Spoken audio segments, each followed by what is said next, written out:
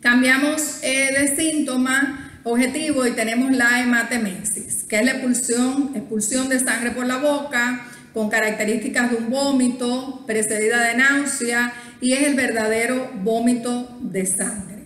Muy desagradable para el paciente, se asusta mucho, sangre es sinónimo de gravedad para los pacientes, aunque no siempre es así. Y aquí hay que tener en cuenta varios aspectos. El primero, como médico en urgencia, un paciente que llega con hematemesis, es el diagnóstico diferencial. Es necesario considerar que no toda la expulsión de sangre por la boca es una hematemesis. Por ello es oportuno diferenciar las probables etiologías de que el paciente tenga sangre en la boca que no sea un vómito de sangre. La primera es la estomatorragia. ¿Qué es la estomatorragia? La hemorragia producida en la propia cavidad bucal. ¿Y cómo la vamos a diagnosticar? Con el examen de la boca que yo les enseñé. La linterna, que es la fuente de luz, un par de guantes, una gasa. Bastará con un examen físico rápido de la boca para comprobar si el paciente tiene una extracción realizada frecuentemente, si tiene una gingivitis, si tiene una periodontitis por la característica de la encía y de la dentadura, y no es un vómito de sangre, es una estomatorragia. Está la epístasis, que es cuando el sangrado procede de las fosas nasales y se puede expulsar por la boca, pero va a tener restos de sangre en las fosas nasales. Y tenemos la hemoptisis, que es un síntoma netamente que ya estudiamos en el aparato respiratorio, que es la expulsión de sangre por la boca. Cuando es una hemoptisis, pues el paciente, además de la expulsión de sangre, tiene síntomas respiratorios. Tiene tos, tiene cosquilleo retroesternal, tiene el dolor del aparato respiratorio, y la sangre de la hemoptisis, ya yo les enseñé que es una sangre espumosa, aireada, rutilante, y se acompaña de síntomas del aparato respiratorio, tanto antes de la hemorragia como después de la hemorragia. Quiere decir que estas son las causas más frecuentes con las que hay que hacer diagnóstico diferencial para usted decir, bueno, mi paciente no tiene una estomatorragia, no tiene una epístasis, no tiene una hemoptisis, pues esto sí es una hematemesis. Lo otro que tenemos que considerar es la intensidad. De acuerdo con la cantidad de sangre expulsada, podemos clasificar la hematemesis en intensa, mediana y severa. La intensa o masiva generalmente obedece a úlcera, lesiones de los vasos. También puede ser por ruptura de varices esofágicas secundarias a una hipertensión portal. Paciente con hepatitis B, con hepatitis C, con una insuficiencia hepática, pues hay que pensar que tiene un paciente cirrótico, hay que pensar que tiene un sangramiento, tiene una hematemesis masiva, pues tenemos que plantearnos que es un sangramiento por varices esofágicas. Están las gastritis erosivas, tóxicas o medicamentosas, las gastropatías por AINE, y también la ruptura de un vaso esclerótico o aneurismático. Esas son las causas de hematemesis masiva. Está la de mediana intensidad, de la gastritis, y están las de ligera intensidad, que se plantea que paradójicamente se observen algunos tumores malignos. Quiere decir, la cuantía del sangramiento no obedece a la gravedad del paciente. Dice, ya que generalmente los benignos pues sangran con menos abundancia. Recordaremos con Diel-Lafoy que el cáncer gástrico casi nunca produce grandes hematemesis. El paciente puede tener un sangrado importante y ser un tumor benigno. Que sea un sangramiento importante no obedece a que el proceso sea maligno. La calidad está en las hematemesis rojas y las negras. Las rojas utilizan el carácter rutilante de la sangre vomitada, es un fenómeno brusco e independiente de la masividad del sangramiento. Las negras son más discretas o lentas en su producción, por lo que permiten el ataque previo del jugo gástrico. Las hematemesis rojas se observan más bien en las úlceras y las negras en las gastritis y en algunas neoplasias, pero es relativo, no siempre es estrictamente así. En cuanto a los síntomas asociados es un factor importante para orientarnos como médico en el diagnóstico. Por ejemplo, si el paciente tiene dolor epigástrico, periódico, rítmico, que ya les enseñé, que se calma con los alimentos, sugiere fuertemente un diagnóstico de úlcera. El vómito alimentario hace pensar en una posible lesión yuctapilórica. Si hay antecedentes de alcoholismo, de íctero, de trastornos intestinales y flatulencia, pues pensamos en enfermedades hepáticas. El dolor epigástrico atípico, síntomas dispépsicos, pérdida de peso en un sujeto que estaba sano, pues hace pensar en cáncer. Si es un paciente que tiene un sangramiento fácil de las encías, hematomas, púrpuras en la piel, sugiere también trastornos de la coagulación de la sangre. Podemos pensar, además, específicamente en la leucemia, con un porcentaje muy alto debuta con manifestaciones en la cavidad oral, si hay manifestaciones de sangrado en la cavidad oral. Por el contrario, a veces la hematemesis sorprende al enfermo prácticamente sin antecedentes ni ningún síntoma asociado, y a este tipo se le conoce con el nombre de hematemesis silente y puede corresponder a una úlcera de comienzo agudo o a una hernia diafragmática, a un prolapso del píloro o a un síndrome de hipertensión portal. Los tumores benignos y las gastroduodenitis a veces producen también hematemesis silente. Están los síntomas menores, que vamos a mencionar los más importantes. Tenemos la aerofagia, que es la deglución exagerada de aire atmosférico de modo más o menos silencioso, la aerofagia, seguida por la expulsión de aire de un modo ruidoso, que es lo que se conoce con el nombre de eructación aerofágica. Las enfermedades que con mayor frecuencia dan lugar a estos síntomas son las que producen cialorrea, procesos patológicos a nivel de la boca y la nasofaringe, estomatitis, afecciones dentarias. Hay que mencionar la aerofagia de los psiconeuróticos, de los ansiosos, de los pacientes con hipertonía vagal. Hay algunas enfermedades como la gastritis, la esofagitis, la hernia hiatal y otras lesiones de la región yuctocardinal que producen aerofagia. Otros síntomas de los menores es la regurgitación gástrica y eructación.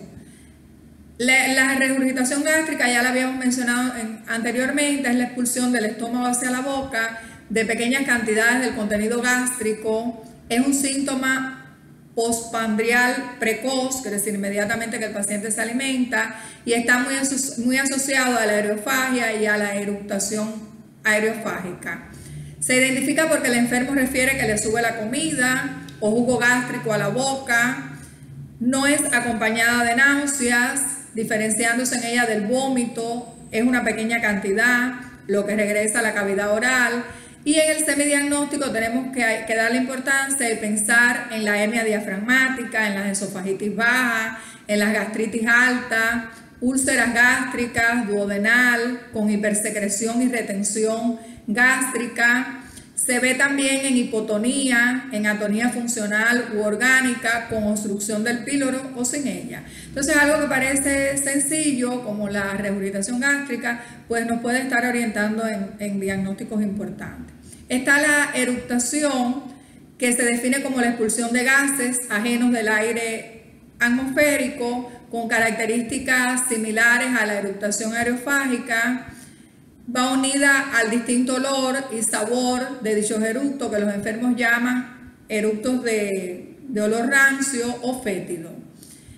Hay que pensar en úlceras yuctapilóricas complicadas con obstrucción, los tumores obstructivos benignos y los malignos, así como cualquier proceso que determine la obstrucción prolongada del píloro. Con estancamiento de los alimentos, pues puede dar origen a este síntoma. En la duodenitis parasitaria por Giardia lamblia es frecuente que los pacientes refieran este síntoma, y de todas las etiologías, pues la Giardia es una de las más fáciles de manejar, aunque a veces las Giardia dan mucho trabajo sanar al paciente. Tenemos otros dos síntomas, que es el ardor gástrico y el hipo. El ardor gástrico es la sensación de quemazón o ardor que experimentan los enfermos en la región epigástrica. Se identifica solo a nivel del estómago, no se desplaza en ningún otro sentido, no se debe confundir con la pirosis Puede observarse después de las comidas, de modo precoz o tardío. Los enfermos te refieren, doctora, me arde el estómago, sensación de vinagre, y aquí tenemos que plantearnos la gastritis. Se puede observar en los casos de obstrucción pilórica acompañados de acidez, de fermentación, úlceras o tumores también que pueden ser estenosantes allá a nivel del píloro.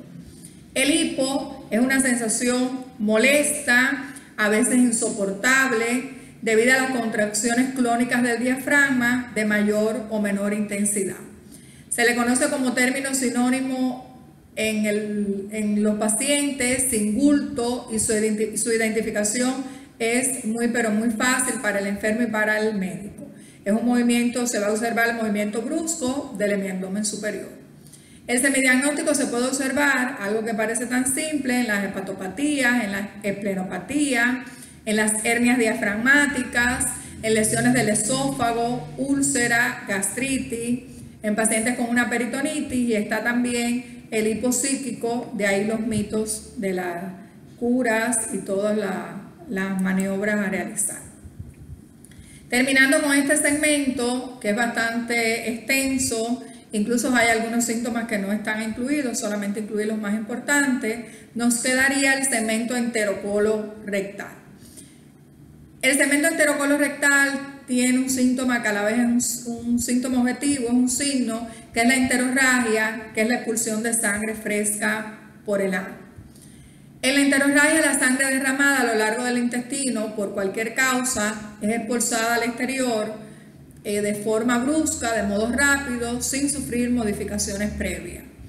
Se identifica, por lo tanto, una sangre roja, rutilante, como la que pudiera brotar de una herida, es decir, es una sangre fresca totalmente.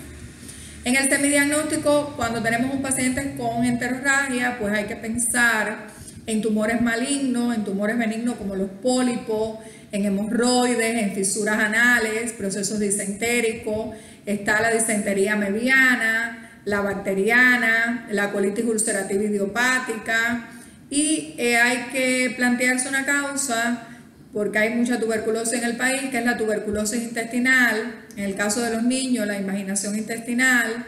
La trombosis mesentérica también es causa de enterorragia, y cuando la enterorragia es rectal específicamente, pues recibe el nombre de rectorragia, que es un síntoma, les reitero, estamos en el enterocolorectal. Otro síntoma del enterocolorectal es la melena, que es la expulsión de sangre digerida por el ano. La sangre realmente es defecada porque está mezclada uniformemente con las heces fecales como algo homogéneo. Le podemos, a la hora de interrogar al paciente, preguntarle si la sangre está como la borra de café.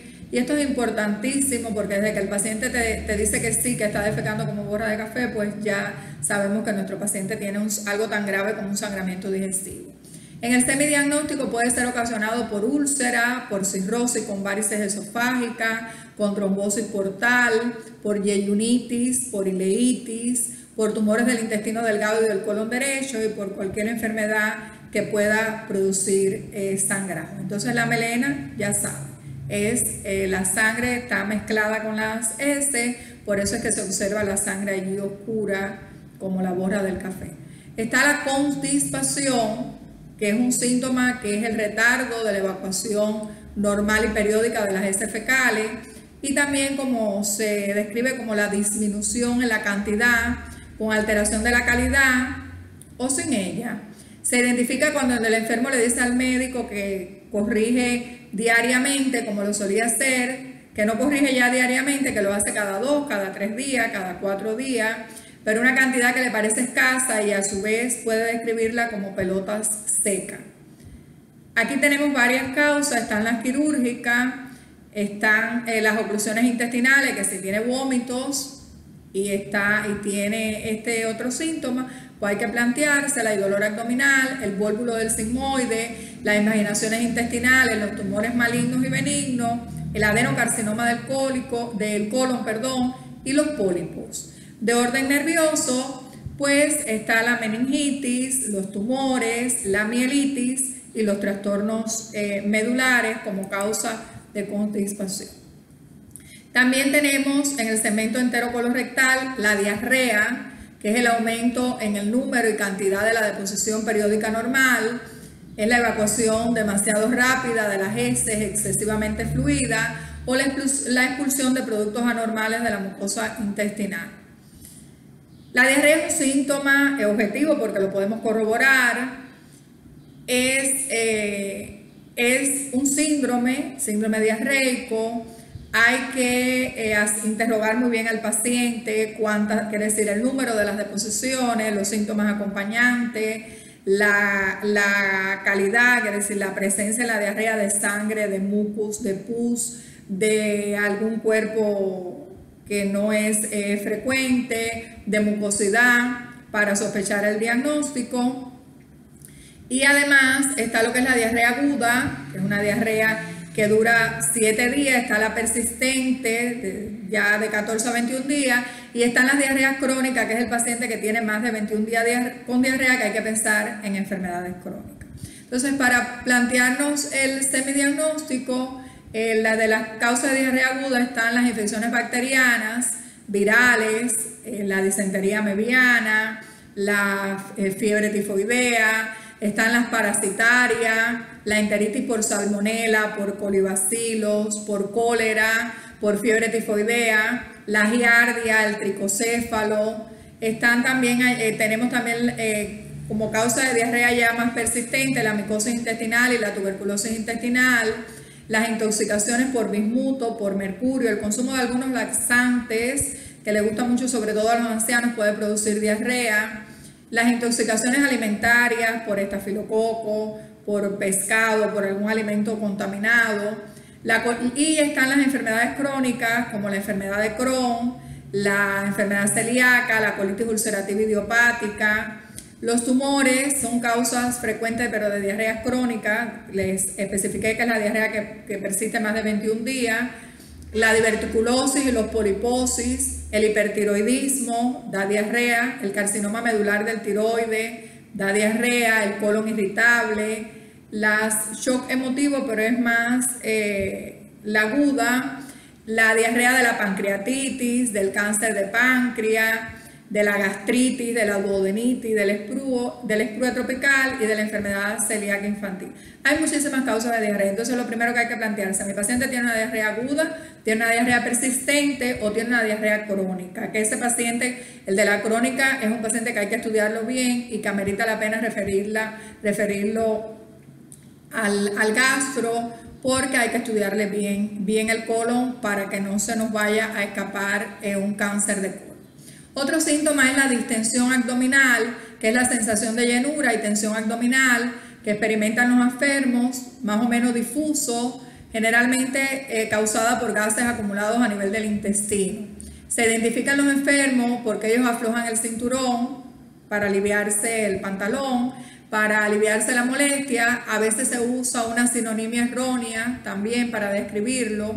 Y en el semidiagnóstico de la distensión abdominal están las obstrucciones intestinales por tumores benignos y por malignos, los vólvulos, las obstrucciones por bridas o adherencia, y también se señalan como causa de constipación quirúrgica. Es decir, que hay que plantearse causas agudas que también se van a acompañar del dolor. Parálisis intestinales por peritonitis, por déficit de potasio o de vitaminas, también se puede causar distensión abdominal, por déficit enzimáticos o alteraciones de la flora bacteriana, como son la dispepsia fermentativa y los síndromes de malabsorción intestinal. Están las discinesias con vagotonía, con aerofagia, seguida de aerocolia, que se ve mucho en pacientes portadores de esclerosis, de alteraciones psicovegetativas, y hay otro grupo de enfermedades capaces de producir este síntoma, que es el SPRUE, la enfermedad celíaca infantil, el parasitismo, la giardiasis, las cirrosis hepáticas, en las cuales, por ejemplo, en la cirrosis, la distensión abdominal pues va a preceder a un síntoma tan importante como un cuadro tan importante como la ascitis. Y los síntomas subjetivos anorrectales más importantes son el dolor rectal o proctalgia, la rectorragia, el flujo rectal, el prurito anal, la pesantez y protrusión rectal y el ardor anal. Estos son síntomas muy